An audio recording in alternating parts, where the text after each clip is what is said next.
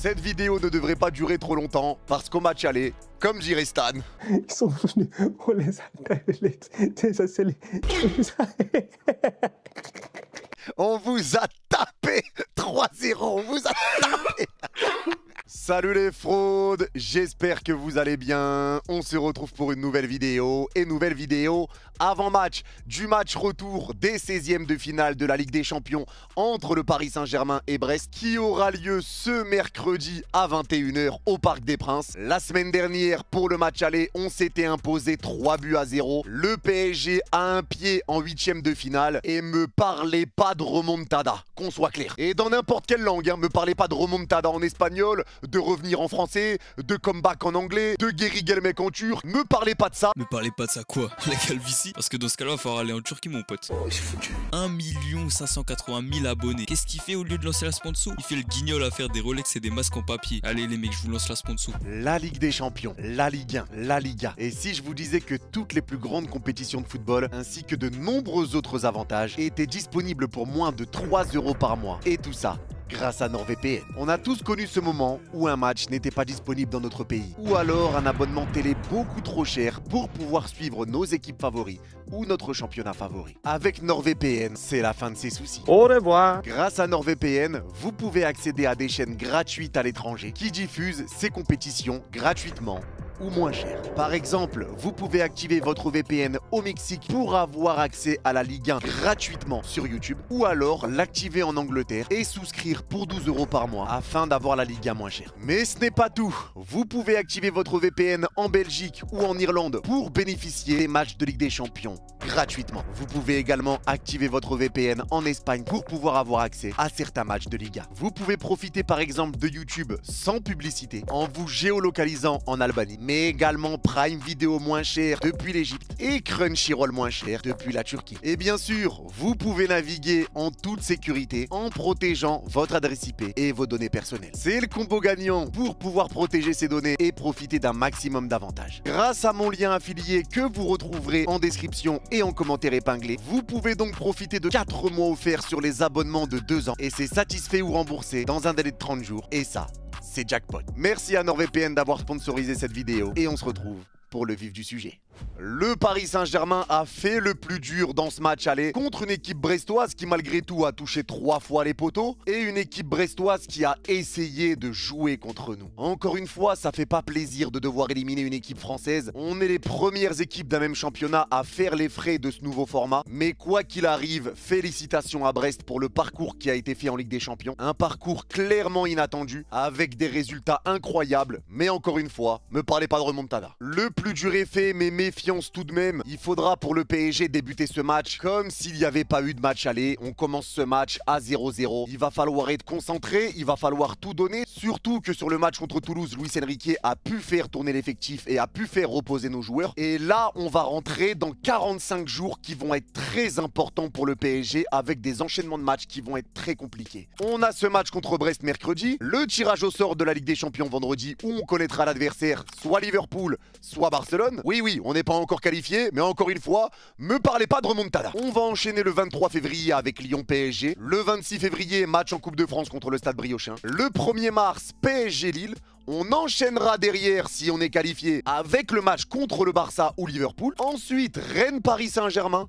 Derrière, match retour entre Liverpool ou le Barça contre le PSG. Et ensuite, PSG-Marseille. J'ai dit 45 jours, mais c'est 30 jours. On va avoir un mois très chargé pour le PSG, où il faudra être sérieux. Et ça va commencer par ce match contre Brest qu'il faudra prendre très au sérieux, ne pas faire de conneries, et surtout s'imposer au Parc des Princes et prendre ce match comme s'il y avait 0-0. Au-delà de la qualification, on veut voir une belle équipe du PSG, et on veut voir un PSG s'imposer face à une équipe brestoise qui maintenant on n'a strictement plus rien à perdre et viendra clairement pour essayer d'emballer le match et de le tourner à son avantage. Parce que oui, même si Brest ne nous a pas battus, comme je l'ai dit dans la dernière vidéo, depuis 1985, où tu te rappelles, t'étais un petit bébé, il faut toujours se méfier parce que dans le football, tout peut aller très vite. On n'est pas à l'abri d'un carton rouge, d'un penalty, de blessures, d'un arbitrage contre nous, d'un oiseau qui va mettre une reprise de volée sur un corner brestois, on sait jamais. Bref, nous ne sommes pas encore qualifiés, il y a un match retour. Même si bien sûr, on a déjà un pied en huitième de finale,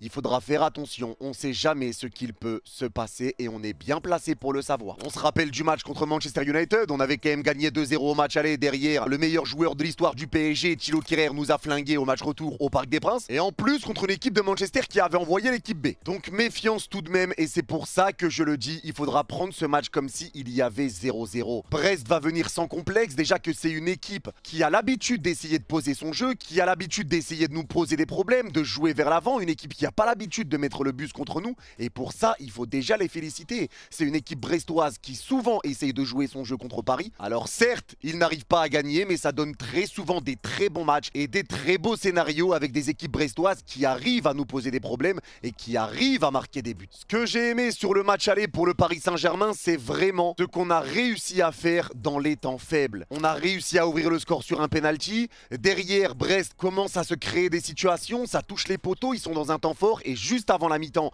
tu vas leur mettre ce deuxième but qui leur fait très très mal grâce à Dembélé. C'est moi, wesh. Mais tu as réussi à exploiter et tes temps forts et tes temps faibles. Et ça, c'est vraiment une bonne chose. Depuis ce match aller en Ligue des Champions, Brest vient de faire match nul contre Auxerre ce vendredi à domicile en ayant été mené au score 2 fois. Ils ont réussi à égaliser 2 fois. Et le PSG, on vient de battre Toulouse face à une équipe toulousaine qui a mis le bus. Tchou-tchou! C'est dommage. C'est une bonne technique. Mais un PSG qui reste invaincu en Ligue 1 et qui est invaincu depuis 18 matchs, toutes compétitions confondues. On voit un groupe qui revit, un groupe qui prend confiance, un groupe qui est à l'aise, qui aime jouer ensemble, un Luis Enrique qui a réussi à transformer ses joueurs, qui a réussi à mettre en place ceux qu'il voulait mettre en place depuis le début, des joueurs qui se donnent pour le PSG, qui se battent pour le maillot, qui se battent pour les supporters et pour le coach. Et ça fait plaisir à voir. On a pu faire tourner notre effectif contre Toulouse, avec Neves et Vitinha qui ont été mis sur le banc, Marquinhos et Nuno Mendes qui étaient sur le banc, Ousmane Dembélé qui était sur le banc, Barcola qui est sorti en cours de match, pareil pour Fabian, pas une bonne nouvelle, mais il devrait jouer lui aussi titulaire, mais tu as su faire tourner ton effectif et t'imposer malgré tout dans un match qui n'était pas facile et qui a été très compliqué pour nous face à un bloc bas. Encore une fois, on sait qu'on a du mal contre les blocs bas. Mais ce qui est sûr, c'est que Brest, bien évidemment, est dos au mur et doit rattraper 3 buts, donc ils ne viendront pas pour mettre le bus. C'est dommage.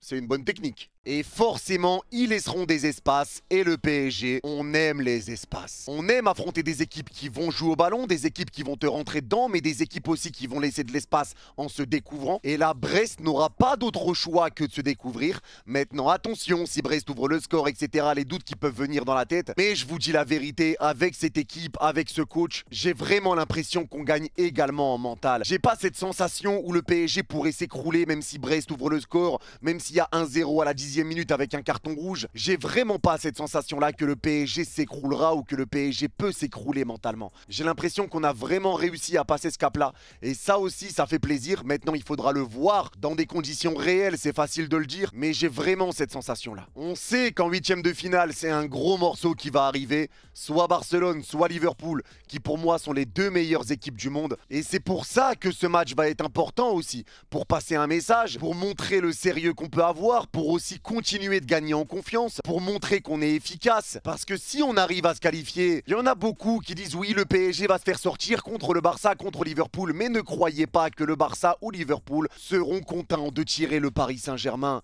Ils ne le seront pas et c'est une réalité. Le PSG n'est pas un bon tirage. Ça sera un match compliqué, que ça soit pour nous ou pour l'adversaire qu'on tirera, et j'espère vraiment qu'on se qualifiera parce que j'ai hâte de vivre ce match, de voir comment va se comporter l'équipe dans un match pareil, de voir vraiment l'évolution de cette équipe face à l'une des 2 meilleures équipes du monde. Ça va être vraiment hypant. Allô?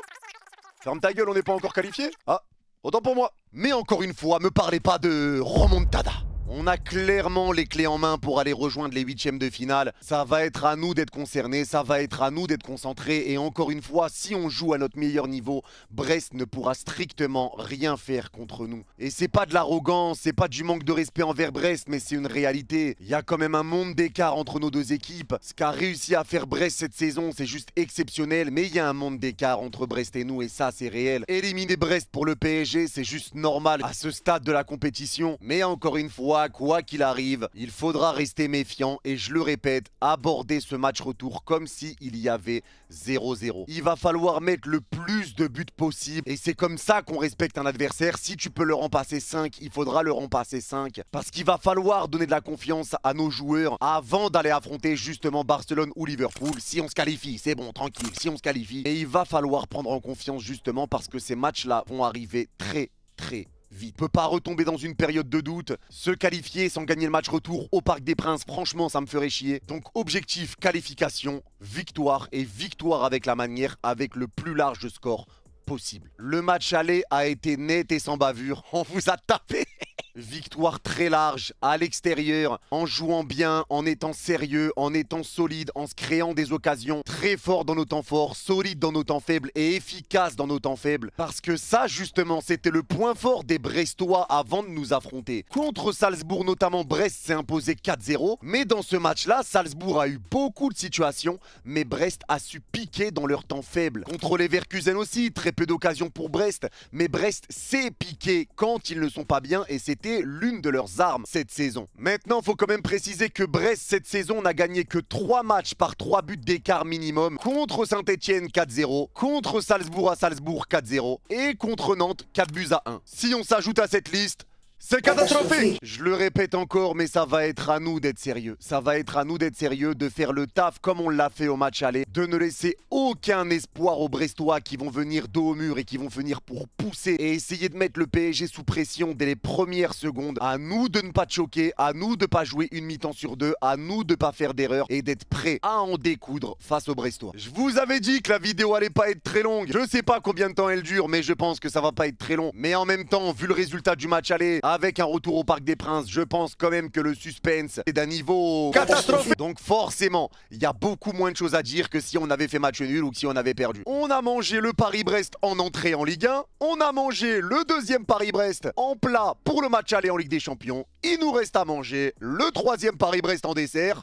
On est des gourmands. Tu es grosse, Mélissa. Wow, doucement le monteur. Me manque pas de respect, ma canaille. En tout cas, on est arrivé sur un moment où on prend vraiment du plaisir à regarder notre équipe jouer. Et ça me fait d'autant plus plaisir quand on voit toutes les critiques qu'on a pu essuyer sur le début de saison. Avec toutes les remarques, le PSG est devenu éclaté sans Mbappé. Le PSG va même pas gagner la Ligue 1. Le PSG va finir 5ème. Le PSG va aller nulle part en Ligue des Champions. Le PSG est éclaté. Le mercato est nul à chier. Pour qu'au final, à l'heure où on parle, on nous dise que le PSG tue le football, que le PSG est en train de construire une équipe magnifique, que la vie était mieux sans le Qatar, blablabla, blablabla, blablabla. C'est pas ce que vous disiez au début de saison. Ça se foutait bien de notre gueule. Et maintenant, ça chouine. Bien joué, tonton. Tu leur as bien cloué le bec. Donc, encore une fois, c'est là que je vous le disais, les gars, soyez patients. Cette équipe a besoin de temps. C'est des jeunes joueurs à grand potentiel qui sont arrivés au PSG. Une équipe qui est encore imparfaite, avec des postes encore à améliorer. Ça, c'est une réalité. On sait qu'on peut avoir des petites lacunes défensives. Un banc de touche pas encore totalement au niveau des titulaires. Il y a encore des choses à améliorer. Mais la réalité, c'est que maintenant, quand on sait que le PSG va jouer, on est content.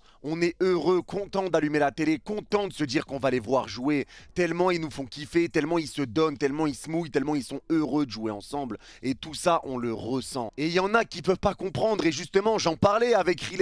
Quand Mbappé a rejoint le Real Madrid, les vidéos sont encore sur la chaîne. Et je lui avais dit, t'as pas peur que l'équipe tourne mal quand Mbappé sera là, le fait d'avoir trop de stars, que ça tourne mal, est-ce que t'as pas peur de prendre moins de plaisir devant les matchs? Et il m'avait dit, mais non, regarde-toi avec le PSG, quand tu te réveillais, tu devais être content de dire ouais, tu vas voir Messi, Neymar, Mbappé jouer. Mais la réalité, c'est que c'était pas le cas. On se faisait atrocement chier devant les matchs, il y a rien qui se passait et on le disait sur tous les débriefs. On prenait plus de plaisir à les regarder, surtout sur l'après-Coupe du Monde, c'est là que c'était parti en cacahuète. Mais il y avait pas de fond de jeu, il y avait pas de tactique, ça avait ni queue ni tête. Donc non, on prenait pas de plaisir devant les matchs et peu importe les noms qui étaient alignés sur la composition, on ne prenait pas de plaisir réel devant les matchs. Et là, on est en train de reprendre plaisir et ça fait du bien de voir ce PSG jouer comme ça. Cette équipe qui prend forme et qui prend forme assez vite en réalité. Et tous les coachs le disent, même les joueurs qu'on affronte, ce PSG devient déjà très sérieux. Et ce n'est encore que le début du projet. Et ce qui me fait rire, c'est qu'on nous disait vous allez être éclatés maintenant, ha ha ha,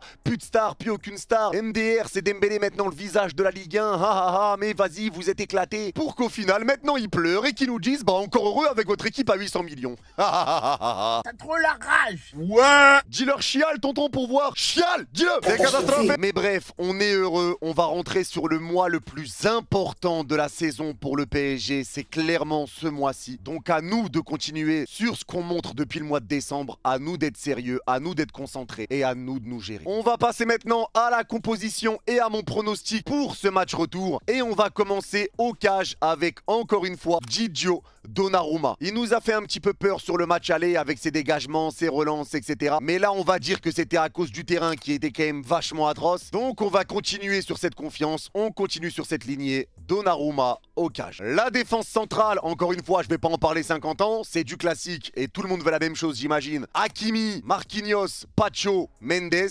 classique. Et au milieu de terrain, je pense que ça sera clairement Vitinha, Neves aux côtés de Fabian Ruiz. Hop hop, rigole pas. Il a été très bon contre Toulouse. Il a été buteur. Il a été sauveur. Du classique au milieu aussi avec la blessure de Warren Zaïre-Emery, on le rappelle. Il devrait revenir d'ici plus très longtemps. Mais en tout cas, pour ce match retour, il sera toujours pas là. Et je ne crois absolument pas au fait que Désiré Doué sera au milieu de terrain. Puisque s'il est au milieu de terrain, ça veut dire que tu dois mettre Kvaratskhelia en attaque. Et donc tes 4 offensifs titulaires directement. Et honnêtement, ça j'ai du mal à y croire. Donc je pense que encore une fois, le milieu de terrain sera Vitinha, Neves, nos deux joyaux. Et Fabian Ruiz pour combler encore une fois les montées de Nuno Mendes. Donc je pense que Fabian sera aligné titulaire. Surtout quand on voit qu'il est sorti à la 60e minute contre Toulouse. À mon avis, c'est pas pour rien. Parce que lui, il joue tous les matchs et toutes les minutes. Et pour l'attaque, je partirai encore une fois avec un Kvara sur le banc. Mais au vu du match aller et du score qu'on a mis au match aller, je pense que Luis Enrique pourrait faire une surprise et faire débuter Kvara pour essayer de le mettre en confiance. Ça peut être une option. J'avoue que moi, c'est pas ce que je ferais dans l'immédiat. Mais là, maintenant que j'en parle, ça peut être une option de faire démarrer Kvara pour essayer de le mettre en confiance, pour essayer de le mettre dans les bonnes conditions. Mais quand tu vois que Kvara a joué tout le match contre Toulouse, que Barcola est sorti, que Dembélé a commencé sur le banc, mais que Doué aussi a joué tout le match, on sait pas réellement ce qui peut se passer. Je suis un drôle de fou, moi. Je voulais mettre Kvara sur le banc. Maintenant que je suis en train de parler tout seul comme un détraqué devant ma caméra, j'ai envie de le mettre titulaire avec les arguments que je suis en train de donner pour éventuellement sa titularisation. Je suis devenu un drôle de fou, moi. Donc finalement, je switch.